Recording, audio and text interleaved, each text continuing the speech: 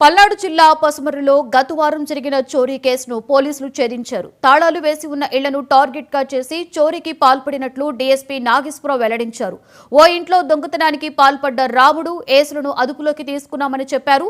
వారి వద్ద నుంచి 42 లక్షల విలువ చేసే బంగారు ఆభరణాలు, వెండి, ఇత్తడి, రాగి వస్తువులను స్వాధీనం చేసుకున్నట్లు డీఎస్పీ తెలిపారు.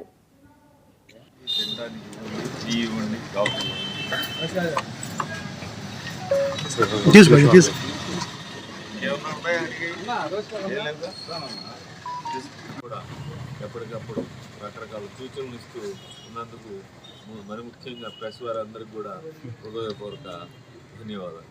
Thank you.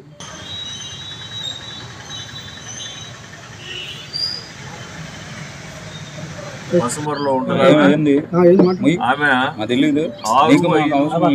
2025 ఏల్చూరు గ్రామానికి వెళ్ళింది తలుపు తాళం వేసుకొని.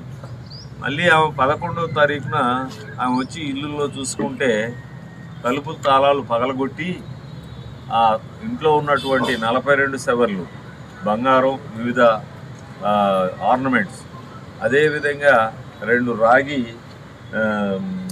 ఈ కాగులు, 3 రాగి చెంబులు, ఇంకా ఇత్తడి, ఈ ప్రాపర్టీ మొత్తం కూడా 4,90,000 అంటే పాత వాల్యూ ప్రకారం ఇప్పుడు వేస్తే 33 లక్షలు 34 లక్షలు వస్తుంది మొత్తం.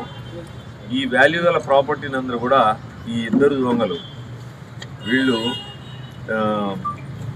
పేదాల రాముడు, వీరా సిద్ధు, వీళ్ళిద్దరూ చిత్తుకాయలు వేరుకున్నట్టుగా నటిస్తూ మద్యానికి అన్ని రకరకాల దుర్వ్యసనాలకు అలవాటు పడిపోయి ఆ తాళం వేసినటువంటి ఇంటికి వెళ్ళి పగలగొట్టేసి ఈ ప్రాపర్టీని అంతా తీసుకొని వాళ్ళ చుట్టాల ఇళ్లలో పెట్టుకొని అమ్ముకోవడానికి సిద్ధంగా ఉన్న ఇది గ్రేవ్ కేసు కాబట్టి సిఐ గారు ఇన్వెస్టిగేషన్ టేకప్ చేసి వాళ్ళ యొక్క టీం యేసుబాబు, సుబ్బారావు అండ్ ఇంకా ఇర్మియా, ఇంకా సైదా, వీళ్ళందరూ కూడా మన అనిల్ నాయకత్వంలో, మన ఎస్ఐ అనిల్ నాయకత్వంలో విరివిగా కష్టపడి వితిన్ 6 days మేడ్చల్ జిల్లా గట్కేసర్ ఓఆర్ఆర్ వద్ద